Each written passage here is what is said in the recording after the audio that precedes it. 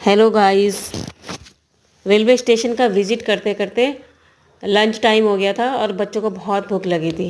Lunch करने के लिए हम पहुँचे कुनाव के धनकुर स्वरोजगार केंद्र, जो कि एक शांतिपूर्ण जगह में है और प्रकृति के बीच में है। यहाँ पर बच्चों को लंच करने में बहुत मज़ा आया और लंच करते समय वो अपना भोजन मंत्र भी नहीं भूले, जो कि स्कूल में वो रोज़ बोलते थे। लंच के बाद हमें अभी 2 जगह और जाना है।